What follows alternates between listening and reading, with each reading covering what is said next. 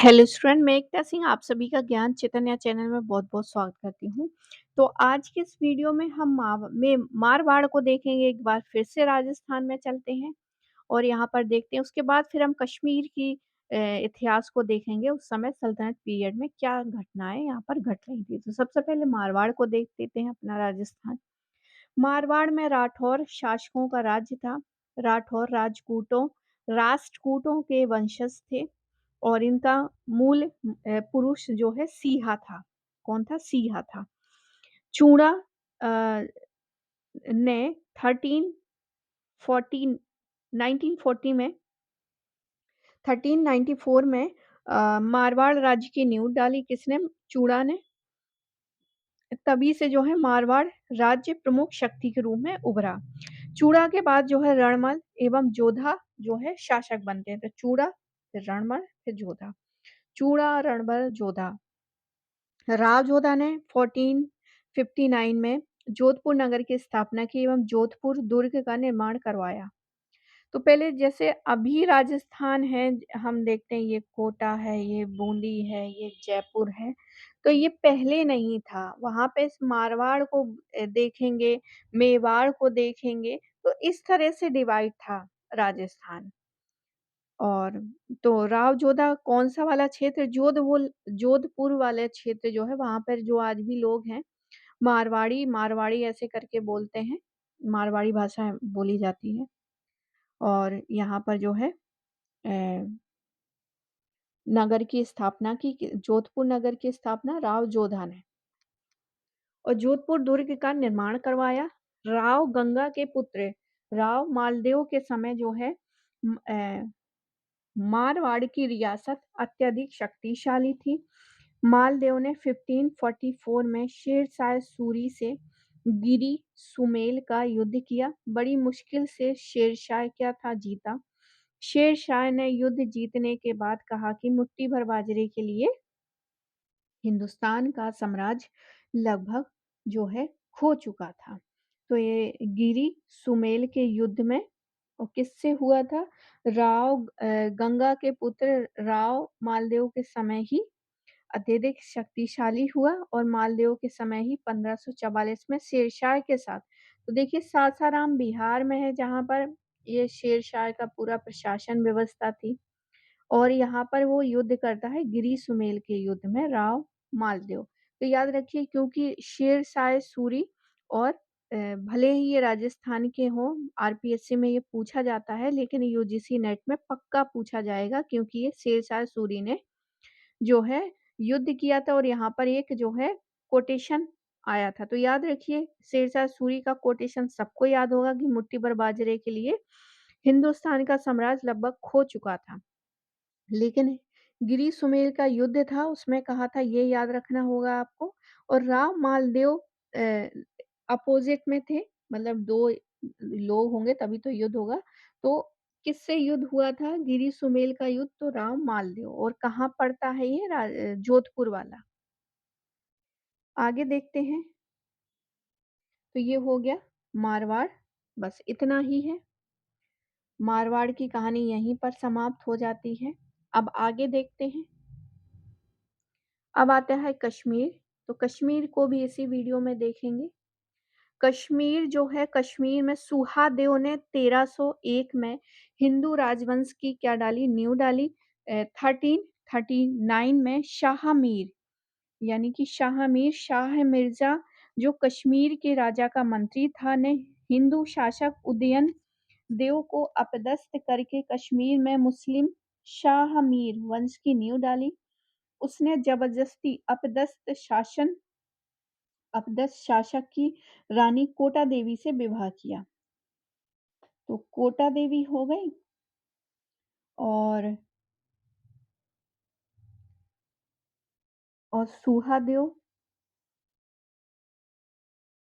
शाह मीर जो है, जो कि कश्मीर के राजा का मंत्री था, शाह मीर, और उदयन देव को हटाते हैं और यहाँ पर कश्मीर में मुस्लिम वंश की, यानी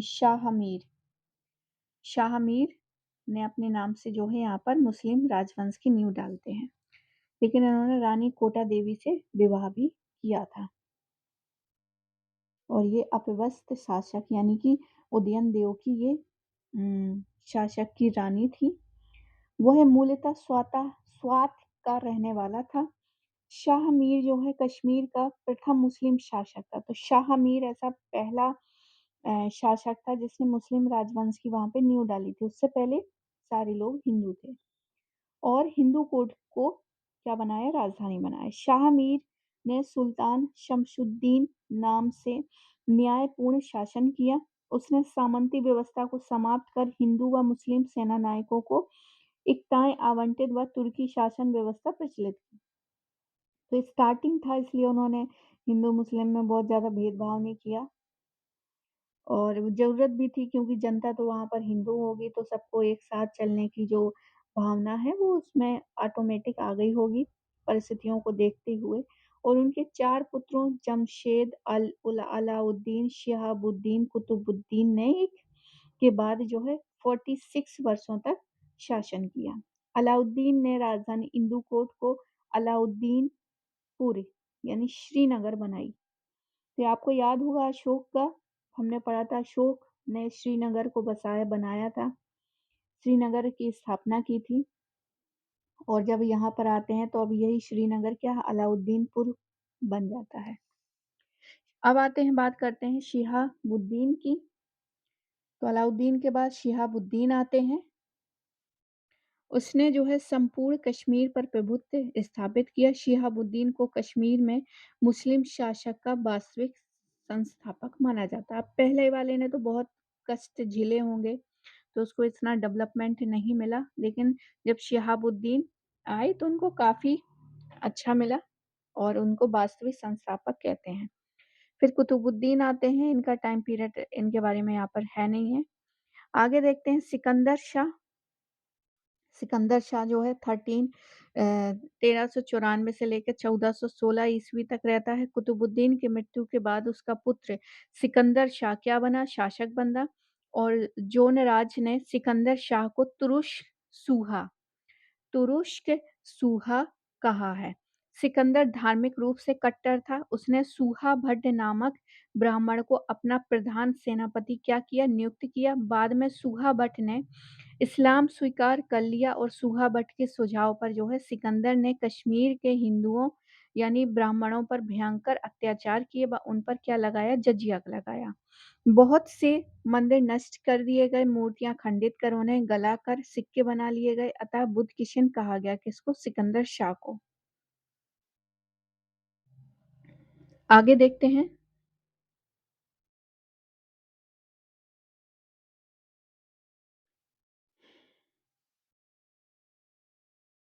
सिकंदर ने सती प्रथा पर रोक लगाई।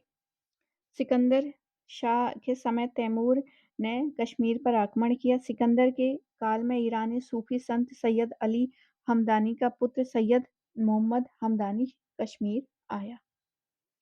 सिकंदर के समय ही उसका पुत्र अली शाह को गद्दी पर आपदस्थ करके अली शाह का छोटा भाई शाह खान सुल्तान बना। अली शाह के वजीर साहू बट के साथ मिलकर सिकंदर शाह की धर्मांधता नीति का विस्तार किया। अब जैनुल आबिदीन आते हैं। तो जैनुल आबिदीन जो है शाह खान रहता है, जिस छोटा भाई होता है ये इसका अली शाह का।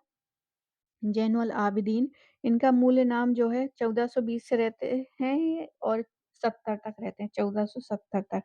यहाँ अपने पिता सिकंदर शाह की नीतियों के विरुद्ध जो है उदार व सहिष्णु शासक था। उसने सिकंदर द्वारा नष्ट किए गए हिंदू मंदिरों का पुनर्निर्माण करवाया व कश्मीर से पलायन कर गए ब्राह्मणों को क्या किया? वापस लाए और प्रेरित किया यहाँ पर बसने के लिए। उनकी उदार नीति के कारण ही जो है कश्मीर का अकबर इनको कहा जाता है। जैनुल आबिदीन ने गो हत्या पर प्रतिबंध लगा दिया था और जजिया हटा दिया था। हिंदू भावनाओं का आदर करते हुए सती प्रथा पर क्या लगाया? प्रतिबंध हटा दिया एवं अंत्येष्टि कर भी हटा दिया। जैनुल आबिदीन जो है विद्वान व विभिन्न भाषाओं का ज्ञाता था। वह कुतुब उपनाम से फ़ारसी में कविताएँ लिखता था। उसने शिकायतनामा नामक ग्रंथ की रचना की थी। उसने अपने शिक्षक मौलाना कबीर को हेरात से बुलाकर शेख उल इस्लाम के पद पर क्या किया? नियुक्त किया। जैनुल आबिदीन के समय जो है हबीब के नेतृत्व में आतिशबाजी कला एवं तफंग यानी बंदूक का क्या किया विकास किया। उसने मुल्ला अहमद द्वारा महाभारत का अनुवाद करवाया, मुल्ला अहमद के द्वारा महाभारत का अनुवाद भी करवाया एवं राज सारंगी का फारसी में अनुवाद करवाया। अनुवाद विभाग की भी इसने स्थापना की थी।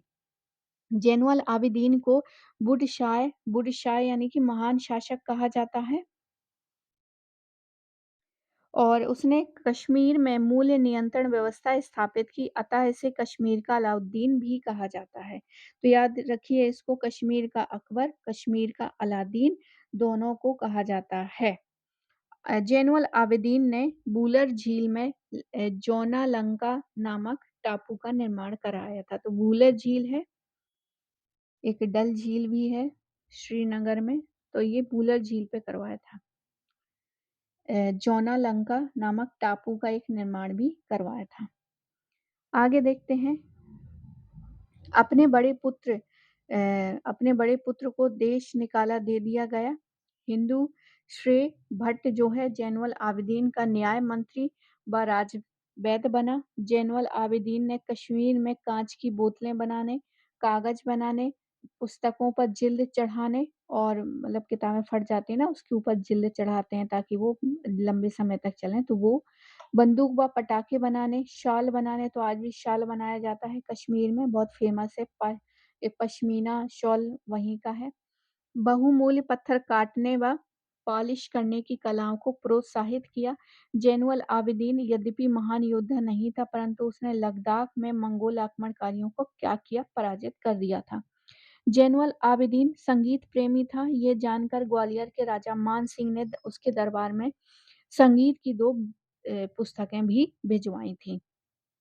तो ये जैनुल आबिदीन, एक समय ऐसा था जब यूजीसी नेट में जो है जैनुल आबिदीन से हमेशा एक क्वेश्चन आता था। तो याद रखिए बहुत ही ज़्यादा इम्पोर्टेंट टॉपिक है। आप इसमें से कोई भी फैक्ट जो है निकाल नहीं सकते या स्किप नहीं कर सकते, आपको ये पढ़ना ही पड़ेगा।